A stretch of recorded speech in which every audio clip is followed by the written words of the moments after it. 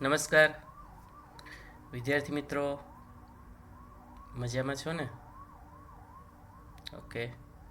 હવે ધોરણ 12 કોમર્સ વિષય વાણિજ્ય વ્યવસ્થા અને સંચાલન, એમાં પ્રકરણ નંબર 6 આપણે અત્યારે દોરવણીના વિવિધ તત્વો,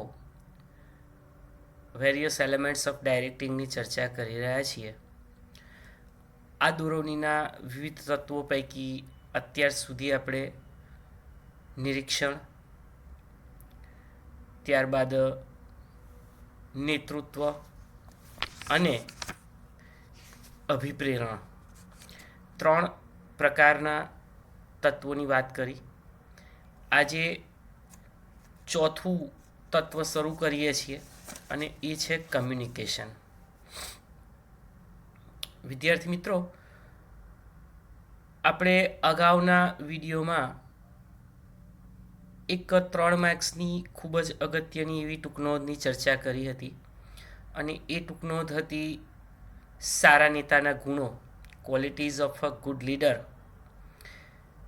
ખૂબ જ અગત્યનો પ્રશ્ન છે. હું વારંવાર એક વાત રિપીટ કરું છું કે એ સારા નેતાના ગુણો, એના 3 મુદ્દા: શારીરિક ગુણો, બૌદ્ધિક ગુણો અને માનસિક ગુણો, બિલકુલ પરીક્ષાલક્ષી છે. ઘણી વખતે પરીક્ષામાં કોઈ પણ એક ગુણ વિશે પણ પૂછાતું હોય છે, તો એ ખાસ તૈયાર કરજો. હવે આજે આપણે આગળ વાત કરીએ છીએ વોટ ઇઝ કમ્યુનિકેશન, માહિતી સંચાર એટલે શું, એની લાક્ષણિકતાઓ. 5 માર્કનો પ્રશ્ન છે. Various methods of communication: oral, return, visual, audio, audio visual, silence એટલે કે મૌખિક, લેખિત, દ્રશ્ય શ્રાવ્ય અને મૌનનો પણ ખ્યાલ મેળવીશું.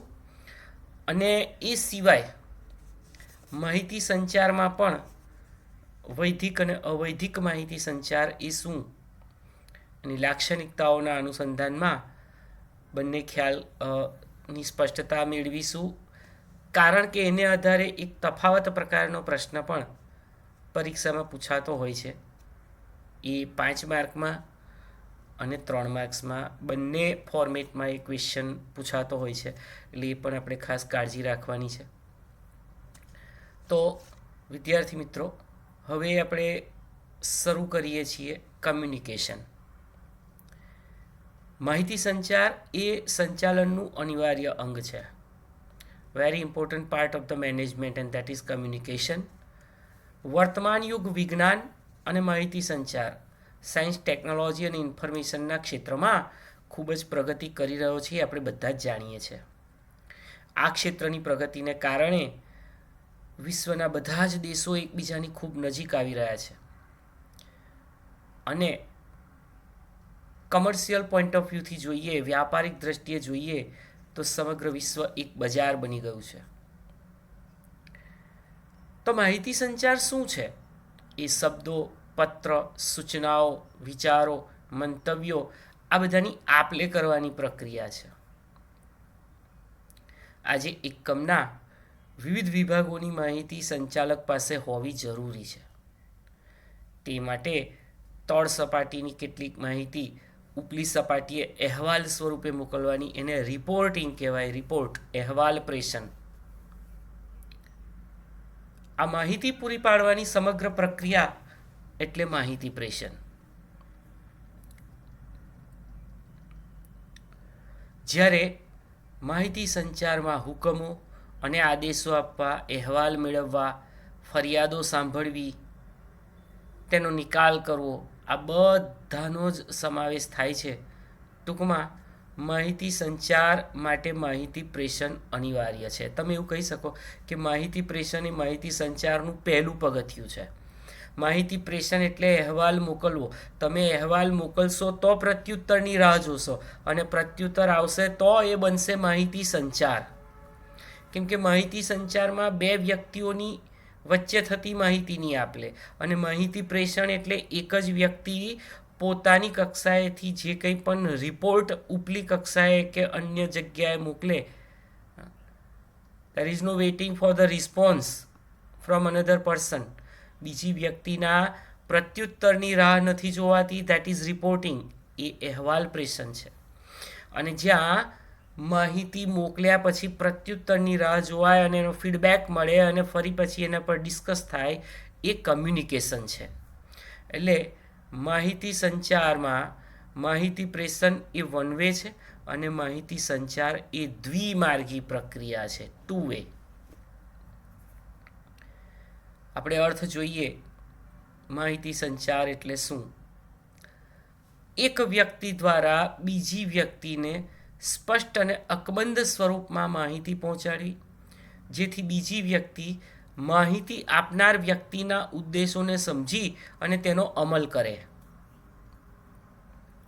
આપણે બિલકુલ સરળ વ્યાખ્યાઓ જે છે એ આ બેમાંથી એક કરવાની. માહિતી સંચાર એ શબ્દો, પત્રો, સૂચનાઓ, વિચારો કે મંતવ્યોના આદાન પ્રદાન કે આપલે કરવાની પ્રક્રિયા છે. તમારા ચોપડીના પેજ નંબર 68 ઉપર છેલ્લી લીટી, ન્યુમેન અને સમર. ન્યુમેન અને સમરે કહ્યું છે કે માહિતી સંચાર એટલે હકીકત, વિચાર, અભિપ્રાય અને લાગણીઓની, fact, thoughts, opinion and feelings, એની બે કે વધુ વ્યક્તિઓ વચ્ચે થતી આપલે છે. હું ફરી રિપીટ કરું છું. માહિતી સંચાર એટલે હકીકત, વિચાર, અભિપ્રાય અને લાગણીઓની બે કે વધુ વ્યક્તિઓ વચ્ચે થતી આપલે છે. તો વિદ્યાર્થી મિત્રો, આપણે આ ન્યુમેન અને સમરની માહિતી સંચારની વ્યાખ્યા એ તૈયાર કરવાની છે.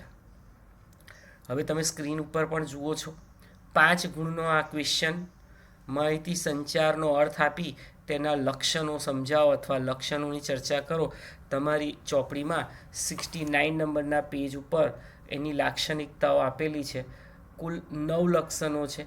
આપણે ઓછામાં ઓછા 8 લક્ષણો કરીએ તો પણ વાંધો નથી.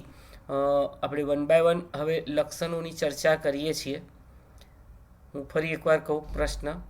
માહિતી સંચારનો અર્થ આપી તેના લક્ષણો સમજાવો અથવા લક્ષણોની ચર્ચા કરો.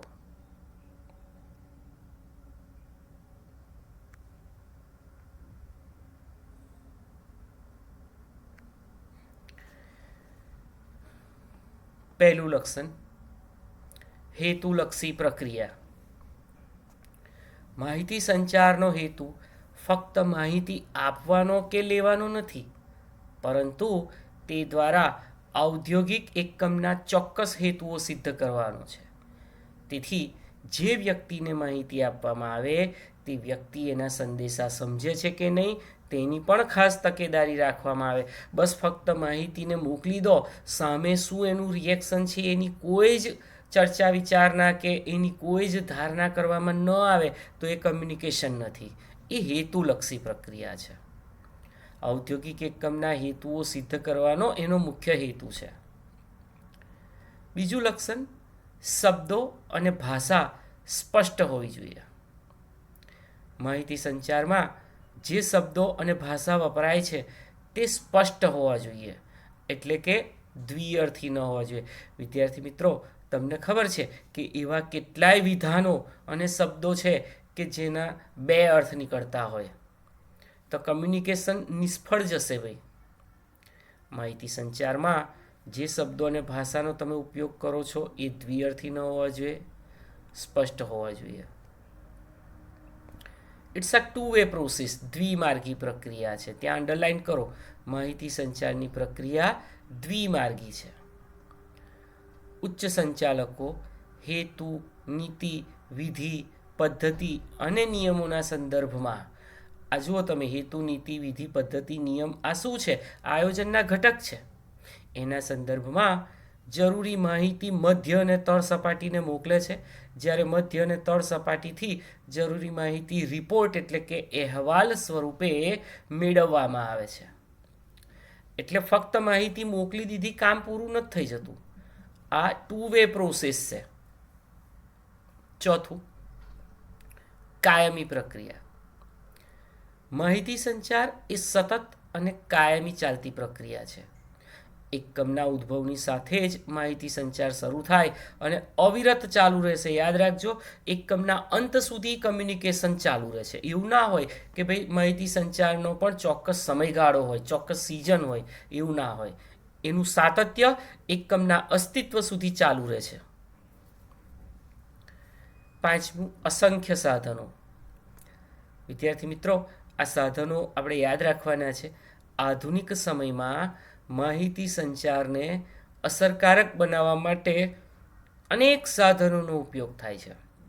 તેમાં મૌખિક, લેખિત, messages, telephone, fax, internet, mobile phone, SMS, ટેલેક્સ, આ બધાનો ઉપયોગ થાય છે. અને આ અસંખ્ય સાધનો વડે આધુનિક સમયમાં માહિતી સંચાર ખૂબ જ અસરકારક બને. આ સાધનો નીચે અંડરલાઈન કરી રાખજો.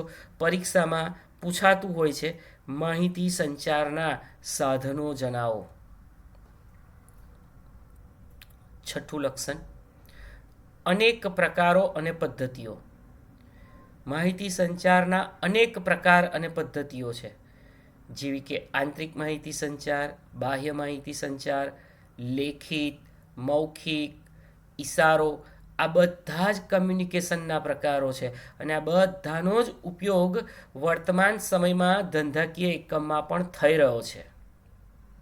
એટલે કોઈ પણ ઔદ્યોગિક એકમ હોય ત્યાં અસંખ્ય પ્રકારો, પદ્ધતિઓ અને સાધનોના માધ્યમથી ખૂબ જ અસરકારક રીતે માહિતી સંચાર કરવામાં આવતું હોય છે.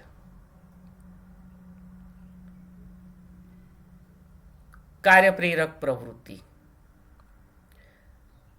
માહિતી સંચારની પ્રવૃત્તિને કારણે અધિકારીઓમાં અને કર્મચારીઓમાં કામ પ્રત્યેની સમજ વધે છે. કામ પ્રત્યેની સમજ વધે એટલું જ નહીં, એ લોકોને કામ કરવાની પ્રેરણા પણ મળે છે. કારણ કે ઉપરી અધિકારી કે સહકર્મી જ્યારે કમ્યુનિકેશનના સાધનોથી એની સાથે સંપર્કમાં આવે છે ત્યારે કાર્ય અંગે જે કંઈ પણ મુશ્કેલીઓ ઉદ્ભવે એ મુશ્કેલીઓ ત્યાં દૂર થાય છે અને કામ કરવાની એને પ્રેરણા મળે છે. આઠમું, વહીવટી પ્રક્રિયા સાથે પણ સંબંધ છે. માહિતી સંચાર એ એકમના વહીવટ સાથે પણ સંબંધ ધરાવે છે. અસરકારક નિર્ણયો અને વહીવટ માટે પહેલાં તો માહિતી ભેગી કરવામાં આવે અને ત્યારબાદ વહીવટી પ્રશ્નો અને સમસ્યાઓનો ઉકેલ મેળવવા માટે પણ કમ્યુનિકેશનનો ઉપયોગ થાય. જે કોઈ પણ રોજબરોજના ધંધાના વહીવટો, એકમના વહીવટો, સમસ્યાઓ, જે કંઈ પણ પ્રશ્નો ઊભા થાય છે એ કમ્યુનિકેશનની મદદથી દૂર કરવામાં આવે છે. એટલે એ રીતે પણ માહિતી સંચાર ખૂબ જ ઉપયોગી સાબિત થાય છે. લાસ્ટ બટ નોટ લીસ્ટ, માનવીય પ્રક્રિયા. માહિતી સંચાર એ માનવીની સ્વભાવગત બાબત છે. માહિતી સંચારના માધ્યમો ગમે તે હોય, પરંતુ માનવી વગર અને તેના કૌશલ્ય વગર માહિતી સંચારનો અમલ થશે જ નહીં. એટલે માનવી સાથે સંકળાયેલું છે. માહિતી સંચાર કરતી વખતે ભય, લાગણી, ક્રોધ, આ બધી જ બાબતો માહિતી સંચારને અસર કરશે. જેમ કે કોઈ એક માહિતી આપણે આપીએ અને એ સમયે કોઈ વ્યક્તિ ક્રોધની લાગણી અનુભવતો હોય, ભય, એનામાં ડર હોય, બરાબર છે, તો માહિતી રજૂ કરતી વખતે એની અસર માહિતીના પ્રેઝન્ટેશન ઉપર પડતી હોય છે. અને એટલે કહ્યું છે કે તે માનવીય પ્રવૃત્તિ છે, માનવીય પ્રક્રિયા છે. It's a human being process. તો વિદ્યાર્થી મિત્રો, માહિતી સંચારનો અર્થ આપી અને તેના લક્ષણો, 5 ગુણનો પ્રશ્ન, ઓછામાં ઓછા 8 લક્ષણોની યાદી આપણે તૈયાર કરવાની હોય છે.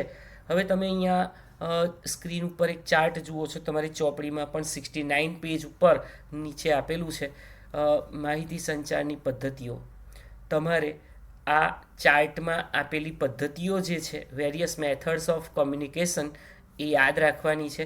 કોઈ પણ 1 અથવા 2 ભેગી કરીને 1 અથવા 2 માર્કમાં પૂછાય. આ કાળજી રાખજો. પહેલું, ઓરલ મીન્સ ઓફ કમ્યુનિકેશન. તો મૌખિક રીતે વાતચીત, વાર્તાલાપ, સંવાદ, ગોષ્ઠી, ભાષણ, ગ્રુપ ડિસ્કશન એટલે કે જૂથ ચર્ચા, આ બધા જ મૌખિક માહિતી સંચારની પદ્ધતિઓ છે. લેખિત માહિતી સંચાર રિટર્ન, એમાં ન્યૂઝપેપર, સામયિકો એટલે મેગેઝિન, ચોપાનિયા, લિફલેટ, જાહેર ખબર, પત્રલેખન, હસ્તલિખિત પ્રત, ઈમેલ, આ બધું લેખિતમાં છે. યાદ રાખજો, લેખિત માહિતી સંચારનો પુરાવો કાયમ રહેતો હોય છે. વિઝ્યુઅલ દ્રશ્ય, જે રીડેબલ ન હોય, વિઝ્યુઅલ હોય, નકશા, ચિત્ર, આકૃતિ, આલેખ, રંગો, પ્રતીકો, ચિહ્નો, આ બધું જ એ વિઝ્યુઅલ કમ્યુનિકેશન મેથડ છે. દ્રશ્ય, શ્રાવ્ય, સાંભળી શકાય, એમાં ટેપ રેકોર્ડર, રેડિયો, ટેલિફોન, ટેલિકોન્ફરન્સ એટલે એક સાથે બેથી વધુ વ્યક્તિઓ એક જ સમયે વાતચીત કરે એ ટેલિકોન્ફરન્સ છે. તો એ પણ શ્રાવ્યમાં, ઓડિયોમાં આવે. ત્યાર પછી ઓડિયો વિઝ્યુઅલ ભેગું એટલે કે દ્રશ્ય અને શ્રાવ્ય, એમાં ચલચિત્ર, picture, television, internet, computers, video cassettes, આ બધું જ ઓડિયો વિઝ્યુઅલમાં આવે. ત્યાર પછી મૌન, સાયલેન્સ, એ પણ માહિતી સંચારની પદ્ધતિ છે, જેમાં મૂક સંમતિ. આપણે બે મિત્રો હોય, એક મિત્ર કહે કે ચલો આપણે સહેજ આંટો મારવા જઈએ, અને બીજો મિત્ર આમ હકારમાં જવાબ આપે છે. જો એ કશું બોલતો નથી, વર્બલ નોન વર્બલ કશું નહીં, નથિંગ બટ સાયલેન્સલી, ખાલી મૂક સહમતિ, મૂક અસહમતિ, ના એવો ઇશારો, હાવભાવ, બોડી લેંગ્વેજ, આ બધા પણ કમ્યુનિકેશન એટલે કે માહિતી સંચારની પદ્ધતિઓમાં આ બધાનો સમાવેશ થઈ જાય છે. તો વિદ્યાર્થી મિત્રો, બહુ જ સહેલું છે. મૌખિક, લેખિત, દ્રશ્ય, શ્રાવ્ય, દ્રશ્ય શ્રાવ્ય અને મૌન. તમને એમાંથી કોઈ પણ પૂછાય, દાખલા તરીકે મૌન માહિતી સંચારની પદ્ધતિઓ જણાવો, તો મૂક સહમતિ, મૂક અસહમતિ અને હાવભાવ, આવી રીતે આપણે જવાબ લખી શકીએ. તો આ પ્રમાણે માહિતી સંચાર એટલે શું અને તેની લાક્ષણિકતાઓ. હવે તમે અહીંયા જોઈ શકો છો વૈધિક અને અવૈધિક માહિતી સંચાર. વિદ્યાર્થી મિત્રો, આ બંને 3 માર્ક્સની ટૂંકનોંધ પ્રકારના પ્રશ્નો છે. બંનેના 7, 8, વૈધિકના 7 અને અવૈધિકના 8 લક્ષણો આપ્યા છે. તમે આ જો લક્ષણો અહીંયાથી તૈયાર કરશો તો ઓટોમેટિક તમારા તફાવતનો પ્રશ્ન એ તૈયાર થશે, અને 3 માર્ક્સનો તમારા સ્વાધ્યાયમાં ચોથો અવૈધિક માહિતી સંચારની લાક્ષણિકતાઓ કરીને પૂછાયેલો છે. અને વૈધિક માહિતી સંચાર એટલે શું, ટૂંકમાં એ 2 માર્ક્સનો પ્રશ્ન એક પૂછાયેલો છે. બીજું અવૈધિક અને અનૌપચારિક, એ બંને એક જ છે, તો એટલે શું એ પણ પૂછાય. તો આપણે શરૂઆત કરીએ છીએ વૈધિક અને અવૈધિક માહિતી સંચાર. આમાંથી તમારે બંનેની વ્યાખ્યાઓ ખાસ કરવાની છે, અને વૈધિકના લક્ષણો ગમે તે 6, અવૈધિકના લક્ષણો ગમે તે 6 એ તૈયાર કરવાના છે, જેથી કરી પરીક્ષામાં પૂછાય તો આપણે એ લખી શકીએ. મેં કહ્યું એમ અવૈધિક માહિતી સંચારની લાક્ષણિકતાઓ 3 માર્ક્સમાં પરીક્ષામાં પૂછાયેલી છે. ચલો, પહેલો પ્રકાર વૈધિક માહિતી સંચાર.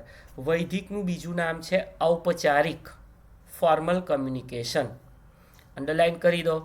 જે માહિતી સંચાર ધંધાના ઉદ્દેશો સિદ્ધ કરવા માટે વ્યવસ્થાતંત્રના નીતિ નિયમો પર આધારિત હોય તેને વૈધિક કે ઔપચારિક માહિતી સંચાર કહે છે. ત્યાં 1 માર્ક્સ કરો અંડરલાઇન કરીને. depends upon rules and regulations of the organization, and that is formal communication.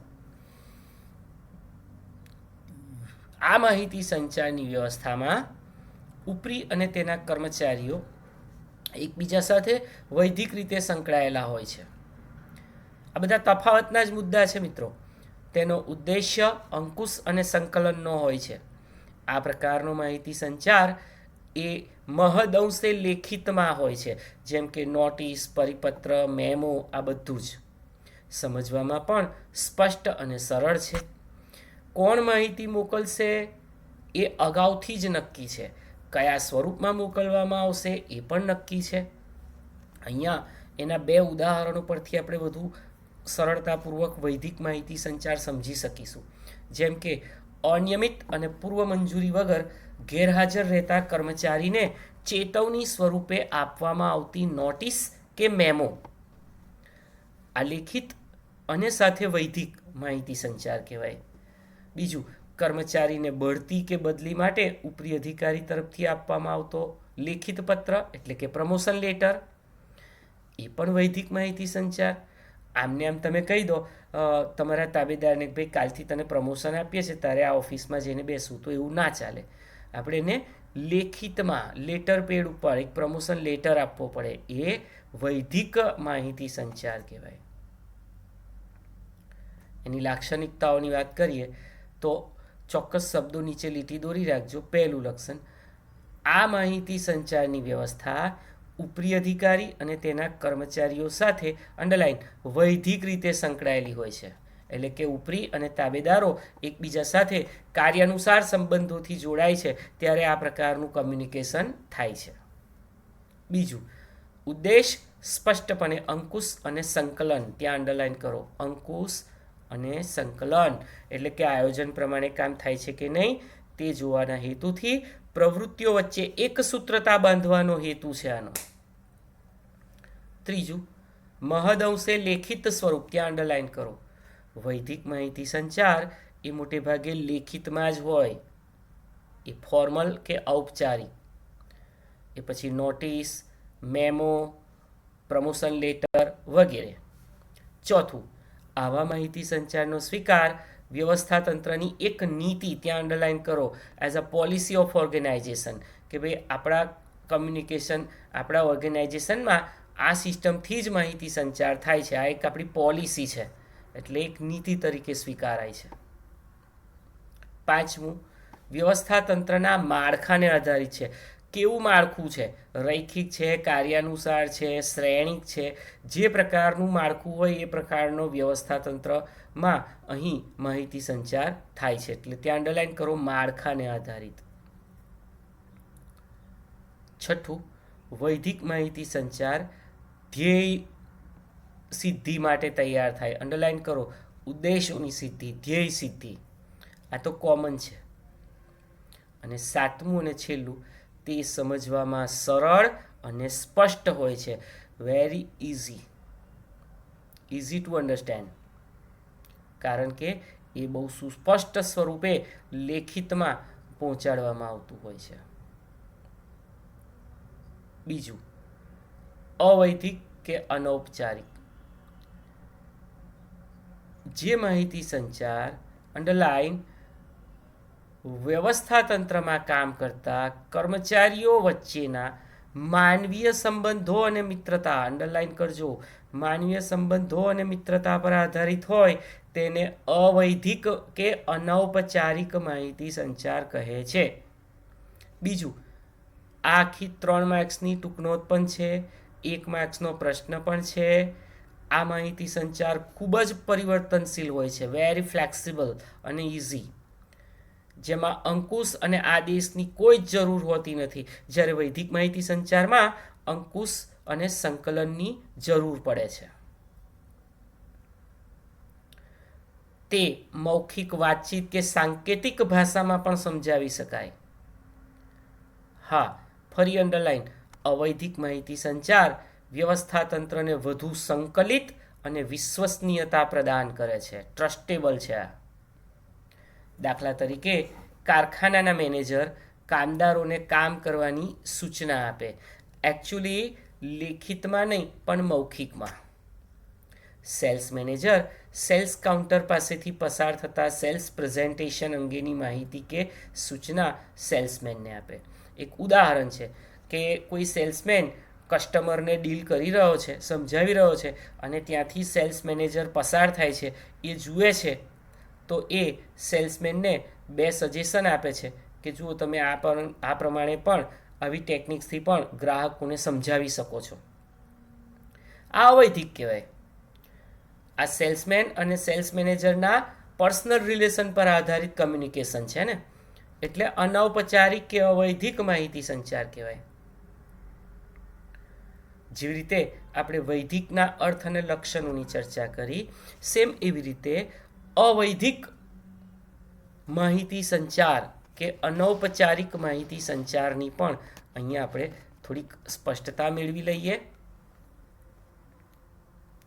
Underline કરજો. પહેલું લક્ષણ, માનવ સંબંધો પર આધારિત હોય છે. Depends upon human relation. મિત્રતાભર્યા સંબંધો છે તો આ કોમ્યુનિકેશન થશે, ત્યાં અંડરલાઈન કરો. બીજું, અંકુશ કે આદેશની કોઈ જરૂર નથી, ત્યાં લીટી દોરો. There is no requirement of control and command, જ્યારે પેલામાં અંકુશ અને સંકલનની જરૂર હતી. ત્રીજું, મૌખિક કે સાંકેતિક ભાષામાં પણ સમજાવી શકાય. ફક્ત લેખિતમાં જ થાય એવું જરૂરી નથી. મૌખિક રીતે પણ આ કમ્યુનિકેશન થાય અને સાંકેતિક ભાષામાં, સાંકેતિક ભાષા એટલે હાવભાવ, શાબ્દિક અશાબ્દિક વર્તન, બરાબર છે, હકારાત્મક તમારું વર્તન, નકારાત્મક વર્તન, જે આપણે આગળ જોઈ ગયા, સહમતિ, મૂક સહમતિ, મૂક અસહમતિ, તો એ બધા જ એ આ પ્રમાણેના સાંકેતિક ભાષામાં અવૈધિક કે અનૌપચારિક માહિતી સંચારની સમજણ આપી શકાય છે. ચોથું, માનવીય સંબંધો કે મિત્રતા પર, ત્યાં લીટી દોરો. માનવીય સંબંધો કે મિત્રતા પર આધારિત છે. Depends upon human relation and friendship of two human beings. તો એ રીતે પણ મિત્રતાને આધારે આ કમ્યુનિકેશન થાય. દાખલા તરીકે બે મિત્રો પૈકી એક મિત્ર કોઈ દિવસે રજા પર હોય અને કંપનીમાં જે કંઈ પણ વાતાવરણનું નિર્માણ થયું છે કે કોઈ મેસેજ પહોંચાડવાનો છે, તો વર્કિંગ અવર સિવાય એ વ્યક્તિ ઘરે જઈ પોતાના મિત્રને ટેલિફોનિક કમ્યુનિકેશનથી એ માહિતી આપે છે. કેમ? તો કે બંને વચ્ચે માનવીય સંબંધો છે, એટલે મિત્રતાને આધારે પણ અહીં અવૈધિક કે અનૌપચારિક કમ્યુનિકેશન શક્ય બને છે. પાંચમું, પરિવર્તનશીલ અને સરળ, બિલકુલ ફ્લેક્સિબલ. આપણે આ પ્રકારના માહિતી સંચારમાં કોઈ પણ ફેરફાર કરી શકીએ છીએ, એટલે પરિવર્તનશીલ છે અને સમજવામાં તો એકદમ સરળ છે. સરળતાથી આપણે એને સમજી શકીએ. છઠ્ઠું, આ માહિતી સંચારમાં વિધિને કોઈ મહત્વ નથી. જુઓ, અગાઉ આપણે ઉપર જોઈ ગયા, જુદા જુદા આયોજનના ઘટકો જોઈ ગયા કે એમાં ધ્યેય, નીતિ, વિધિ, પદ્ધતિ, નિયમ, જ્યારે અહીંયા there is no importance to procedure. વિધિ જેવું કશું જ નહીં. ગમે ત્યારે કમ્યુનિકેશન થાય, ગમે તે સમયે થાય, ગમે તે વચ્ચે થાય, એટલે વિધિને કોઈ મહત્વ નથી, ત્યાં લીટી દોરો. વ્યવસ્થા તંત્રને વધુ સંકલિત અને વિશ્વસનીયતા પ્રદાન કરે છે. અંડરલાઈન કરો. એનો અર્થ એ થયો કે વૈધિક માહિતી સંચાર તો હશે જ, પણ વ્યવસ્થા તંત્રને વધુ વિશ્વસનીયતા પ્રદાન કરે છે, સંકલિત બનાવે છે, એક સૂત્રતામાં લઈ જાય છે, પ્રવૃત્તિઓને સુમેળ સાંધે છે. એટલે વિશ્વસનીયતા પ્રદાન કરવા માટે અવૈધિક કે અનૌપચારિક માહિતી સંચાર એ ખૂબ જ ઉપયોગી સાબિત થાય છે. આઠમું, અવૈધિક માહિતી સંચાર એ વૈધિક માહિતી સંચારનો વિકલ્પ નથી. યાદ રાખજો, પૂરક છે. It is supplementary, not option. આ વિધાન સમજાવો પૂછાય છે, 2 માર્ક સાઈડ ઉપર લખી રાખો, હું સમજાવું છું ફરી એકવાર. અવૈધિક માહિતી સંચાર એ વૈધિક માહિતી સંચારનો વિકલ્પ નથી, પણ પૂરક છે. કેમ પૂરક છે? કારણ કે વૈધિક માહિતી સંચારમાં જે કંઈ પણ માહિતીનું આપણે આદાન પ્રદાન કર્યું છે, એ માહિતીને એની સફળતા, એની સત્યતા વધારે ચકાસી શકાય જ્યારે બે કે તેથી વધુ વ્યક્તિઓ મિત્રતા અને માનવીય સંબંધોને આધારે ફરી પાછું એ જ કમ્યુનિકેશન રિપીટ કરે છે.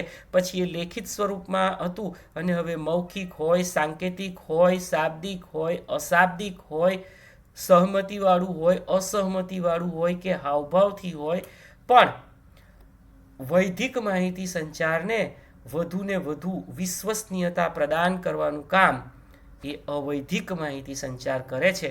અને એટલે જ કહ્યું છે તે એનો વિકલ્પ નથી પણ પૂરક છે.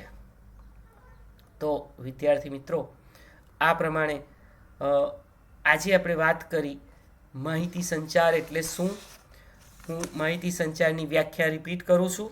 ન્યુમેન્ડ અને સમરના મતે માહિતી સંચાર એટલે હકીકત, વિચાર, અભિપ્રાય, લાગણીઓનો બે કે વધુ વ્યક્તિઓ વચ્ચે થતી આપ-લે. ત્યાર પછી આપણે એના જુદા જુદા 9 લક્ષણોનો પરિચય મેળવ્યો. પહેલું, હેતુલક્ષી પ્રક્રિયા. બીજું, શબ્દો, ભાષા સ્પષ્ટ હોવી જોઈએ. ત્રીજું, દ્વિમાર્ગી પ્રક્રિયા. ચોથું, કાયમી પ્રક્રિયા. પાંચમું, અસંખ્ય સાધનો. છઠ્ઠું, અનેક પ્રકાર અને પદ્ધતિઓ. સાતમું, કાર્યપ્રેરક પ્રવૃત્તિ. આઠમું, વહીવટી પ્રક્રિયા સાથે સંબંધ. અને નવમું, માનવીય પ્રક્રિયા. આ 5 માર્કનો પ્રશ્ન હતો. ત્યારબાદ આપણે પેલો એક ચાર્ટ, એક ચિત્ર જોયું. એમાં જુદી જુદી પદ્ધતિઓ, જેમ કે મૌખિક માહિતી સંચારની પદ્ધતિ, લેખિત, દ્રશ્ય, શ્રાવ્ય, દ્રશ્ય અને શ્રાવ્ય અને મૌન, આ માહિતી સંચારની પદ્ધતિઓ આપણે યાદ રાખવાની છે.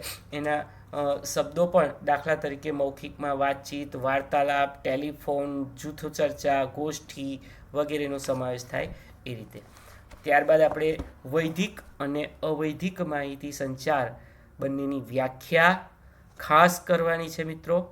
તદુપરાંત વૈધિકનું એક ઉદાહરણ, જેમ કે અનિયમિત અને પૂર્વ મંજૂરી વગર ગેરહાજર રહેતા કર્મચારીને ચેતવણી રૂપે આપવામાં આવતી નોટિસ કે મેમો, આ ઉદાહરણ છે. ઉદાહરણ 1 માર્કમાં પૂછાય છે, એ લખી રાખજો. સાથે સાથે એની લાક્ષણિકતાઓ, ગમે તે 6 લાક્ષણિકતાઓ યાદ રાખવાની. એવી જ રીતે અવૈધિક માહિતી સંચાર એટલે શું? જે માહિતી સંચાર વ્યવસ્થા તંત્રમાં કામ કરતા કર્મચારીઓ વચ્ચેના માનવીય સંબંધો અને મિત્રતા પર આધારિત હોય તેને અવૈધિક માહિતી સંચાર કહે છે. વિદ્યાર્થી મિત્રો, આનું પણ ઉદાહરણ અને ઓછામાં ઓછા 6 લક્ષણો આપણે યાદ રાખવાના છે. તો આજનું આપણું આ હોમવર્ક થયું. 5 માર્કનો એક પ્રશ્ન અને 3 માર્ક્સની 2 ટૂંક નોંધો. વૈધિક, અવૈધિક માહિતી સંચારનો અર્થલક્ષણ બંનેનું, અને આગળ માહિતી સંચારના લક્ષણો. હવે આપણે નેક્સ્ટ વિડીયો લેક્ચરમાં વૈધિક અને અવૈધિક માહિતી સંચાર વચ્ચેનો તફાવત જોઈશું. સાથે સાથે અસરકારક માહિતી સંચારના તત્વો અને એમાં આવતા અવરોધો દૂર કરવાના ઉપાયો. ત્યાર પછી આ પ્રકરણ લગભગ પૂરું થશે. એટલે આના પછી હજી કદાચ એકાદ વિડીયો લેક્ચર આ પ્રકરણમાંથી આપણે આગળ જોઈશું. તો આજનું હોમવર્ક ખાસ કાળજી રાખજો અને હોમવર્ક લખી નાખજો. એના પોઈન્ટ્સ મોડે કરી દેજો. વ્યાખ્યાઓ, ઉદાહરણ સહિત યાદ રાખવાનો પ્રયત્ન કરજો. Thank you.